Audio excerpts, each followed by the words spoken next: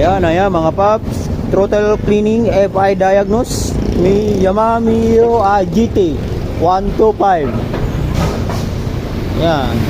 Yan nalinis na throttle.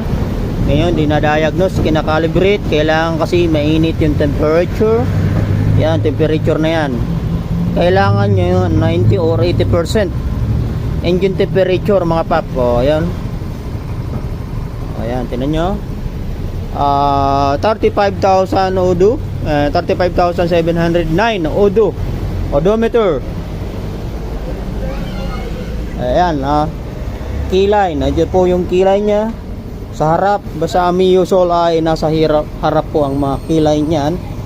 Dinadahik na, tumaas na mga pap. Kanina 1112 lang yan, ngayon 15 na, kita no. Tumataas na po. Kailangan kasi mataas ang engine temperature para i-calibrate. Ang tawag